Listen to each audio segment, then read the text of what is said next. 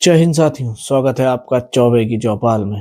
और आज का वीडियो शुरू करने से पहले मैं आप सबसे एक रिक्वेस्ट करना चाहूँगा। अगर आपको मेरा चैनल किसी भी लिहाज से अच्छा लग रहा है, कंटेंट पसंद आ रहा है, तो प्लीज़ चैनल को सब्सक्राइब करिएगा और वीडियो को शेयर करिएगा ताकि और लोग भी हमारे इस चौपाल से जुड़ सकें। इस वीडियो में हम बात करेंगे एक ऐसे इंसान की वजह से जिसके इंसान के कारण ऐसा लग रहा है कि बहुत जल्द दुनिया में तृतीय विश्व युद्ध चालू हो जाएगा।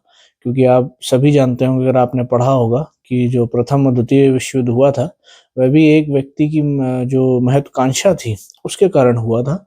और ये युद्ध भी ऐसा लग रहा है कि बहुत जल्द एक व्यक्ति के कारण ही शुरू होगा, जिसका नाम है अमेरिकी राष्ट्रपति डोनाल्ड ट्रंप। और जैसा कि अभी आप सभी ने देखा होगा पिछले दिनों वेनेजुएला में क्या किया इन्होंने। इन्होंने वहाँ के पहले मैं आपको बता दूं कि दुनिया में जो सबसे अधिक तेल के कुएं हैं वो वेनेजुएला में ही मौजूद है। जो वहाँ की जो अर्थव्यवस्था का मुख्य केंद्र वही है, और दुनिया भर में जो ऑयल सप्लाई होती है उसकी बहुत बड़ी एक चेन वहाँ से चलती है। तो अमेरिकी राष्ट्रपति का ध्यान पूरी तरीके से उसके ऊपर था। और अमेरिका की जो इस समय इकोनॉमी है वो कुछ गड़बड़ चल रही है जब से ये राष्ट्रपति बने हैं। तो इन्होंने बाकी मुद्दों से ध्यान भटकाने के लिए वेनेजुएला पे हमला किया। और वहाँ के राष्ट्रपति और उनकी जो वाइफ थी, उनको उनकी जो स्पेशल फोर्स है उठा के ले गई।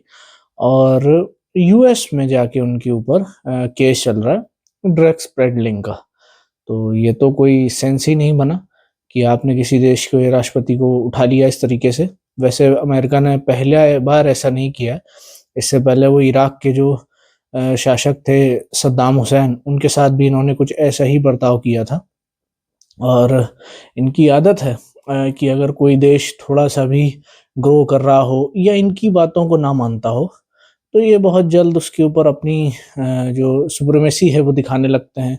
इन्होंने कई देशों के साथ ऐसा किया, अफ़गानिस्तान में इन्होंने ऐसा ही किया कि अपनी महत्वाकांक्षा के लिए या अपने देश के आगे अपने आप को भला दिखाने के लिए अमेरिकी जो राष्ट्रपति रहे उन्होंने अफ़गानिस्तान में भी यही किया। अंततोगत्वा क्या हुआ, सरेंडर करके उन्हें वहाँ से भागना पड़ा। और उन्होंने किस प्रकार सरेंडर किया, ये भी पूरी दुनिया ने देखा। अब उनका नया टारगेट है वेनेजुएला, जिसको वो अपने अंडर रखना चाहते हैं या दिखाना चाहते हैं कि हम सुपर पावर हैं। और उन्होंने भले ही उन्होंने ये कहा कि वहाँ से ड्रग्स आते हैं या ड्रग सप्लाई बहुत होती है यूएस में या पूरी दुनिया में, इसीलिए हम ऐसी कार्रवाई कर रहे हैं।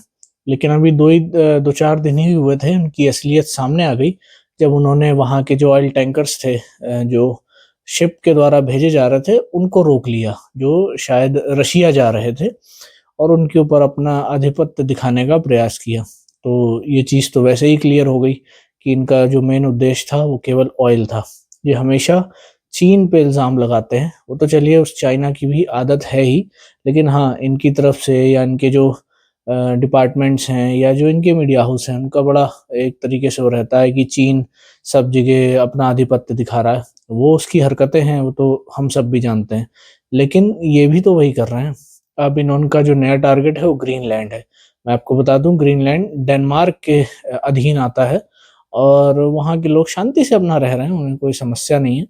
लेकिन इन्होंने उसके ऊपर भी उसको पहली बात तो पैसों के दम पे खरीदने का प्रयास किया, या तो वे चाहते हैं कि वो यूएस के कंट्रोल में रहे।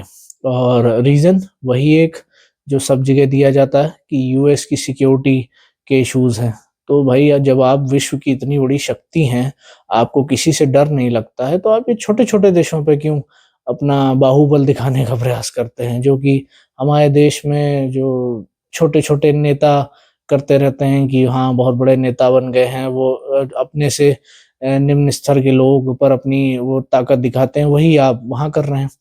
और ग्रीनलैंड की तरफ से कह भी दिया गया है कि अगर हमारे ऊपर किसी भी प्रकार का हमला होता है, तो ये नेटो जिसके दम पे ये सबसे ज़्यादा उछलते हैं, उसको ख़त्म करने की ओर एक कदम होगा। और भी यूरोप के कई देशों ने इसका अपोज़ किया है और ग्रीनलैंड का सपोर्ट किया है कि अगर डोनाल्ड ट्रंप ने ऐसा कुछ किया, तो वह यूरोप और यूएस की जो दोस्ती है, उसके काफ़ी विपरीत होगी ये सब चीज़ें।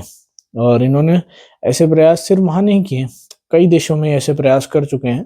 अभी एशिया में कई देशों में हम लोगों ने देखा कि किस तरीके से सरकारें गिराई गईं और अपने जो पसंद का शासक था उसे वहां बैठाने का प्रयास किया गया या बैठा भी दिया गया, और बाकी उन्हें फिर शांति पसंद नहीं है। वो चाहते हैं कि सब जगह कुछ ना कुछ चलता रहे ताकि जो हमारा बिजनेस है वेपन्स का वह अच्छी तरीके से चलता रहे। और एक बार जब अभी रशिया और यूक्रेन के युद्ध में भी इन्होंने यही किया, इन सब ने मिलकर यूक्रेन को उकसा उकसा के रशिया के अगेंस्ट खड़ा कर दिया, और अब जब लड़ने का समय आया तो फिर पीस डायलॉग्स इस पे उतर आए। या इंडिया पाकिस्तान के बीच जो अभी हुआ ऑपरेशन सिंदूर के दौरान, जब भारत ने पाकिस्तान को बुरी तरीके से धूल चटाई, तब भी ये बीच में आ गए कि मैंने पीस टॉक्स कराई थी, जबकि पाकिस्तान की फोर्सेस ने अपनी आदतन अनुसार सरेंडर किया था, लेकिन ये वहां पर भी आ गए। सब जगह पीस पीस का अपना जो ढोल है वो बजाते घूम रहे हैं। जबरदस्ती अपने आप को नोबेल चाहते थे पीस का, और नहीं मिला तो फीफा की तरफ से ले लिया अपने आप ही जबरदस्ती, और वो नोबेल मिलने के कुछ ही दिनों बाद उन्होंने वेनेजुएला में ये हरकत कर दी, और ग्रीनलैंड में करना चाहते हैं। और भी कई यूरोप के देश हैं जिसके ऊपर वो अपना आधिपत्य चाहते हैं। यूरोप छोड़िए, वो तो कनाडा पे भी अपना आधिपत्य चाहते हैं। उनका यही कहना है कि कनाडा भी यूएस का ही हिस्सा होना चाहिए, सिक्योरिटी इश्यूज हैं। तो अगर इतने ही सिक्योरिटी इश्यूज हैं तो आप दुनिया भर को जो अपना सिक्योरिटी सिस्टम और वेपन्स बेचते घूमते हो, तो पहले अपनी सुरक्षा कर लो, उसके बाद दूसरों को बेचो। कि ये हरकतें देख के कुछ लोगों को हमारे यहाँ भी समस्या हुई। सोशल मीडिया पे ये चला कि भाई उनका नेक्स्ट टारगेट इंडिया हो सकता है या प्रधानमंत्री जी हो सकते हैं। तो भाई मैं सबकी तरफ से, अपने पूरे भारत की तरफ से यही कहना चाहूँगा कि भले ही हमारे देश में हमारे जो नेता हैं उनसे हमारी कितनी भी लड़ाई हो, हमारे कितने भी मतभेद हों, लेकिन अगर यूएस या कोई भी देश ऐसा प्रयास करेगा तो सारे भारतीय एक होके उसको मुंह तोड़ जवाब देंगे। और हाँ, वो वेनेजुएला की फोर्सेस होंगी जिनके रहते हुए भी आप उनके राष्ट्रपति को उठा ले गए। यहाँ इंडियन आर्म फोर्सेस हैं। क्या होगा आप समझ सकते हैं, क्योंकि आपके यहाँ की जो फोर्सेस हैं वो आके हमारे देश की जो आर्म फोर्सेस हैं उनके साथ एक्सरसाइज भी करती हैं, तो उन्हें पता होगा कि भारत की फोर्सेस कितनी कैपेबल हैं। तो ये जिस प्रकार की डोनाल्ड ट्रंप हरकतें कर रहे हैं, ये एक दूसरे को उकसाने वाली या अलग अलग देशों के साथ जबरदस्ती अपने आप को सुपीरियर दिखाने का प्रयास करना, या और जो ये हरकतें कर रहे हैं, ये कहीं ना कहीं वैसी ही सिचुएशन बन रही है कि ये बहुत जल्द तृतीय विश्व युद्ध की तैयारी कर रहे हैं ऐसा लग रहा है, और जिससे किसी का कोई फायदा नहीं होगा और पूरी दुनिया सालों पीछे चली जाएगी। बाकी आप लोगों की अगर कोई क्या राय है इस टॉपिक के ऊपर, आप कमेंट सेक्शन में अपनी राय बता सकते हैं। अगर आप लोगों को मेरा कंटेंट किसी भी लिहाज से अच्छा लग रहा है तो प्लीज़ चैनल को सब्सक्राइब करिएगा, वीडियो को लाइक कीजिएगा, कमेंट सेक्शन में प्यार दीजिएगा, और आप भी बता सकते हैं कि आप किस टॉपिक पे वीडियो चाहते हैं, तो मैं उस टॉपिक पे वीडियो बनाने का प्रयास करूँगा। धन्यवाद। जय हिंद।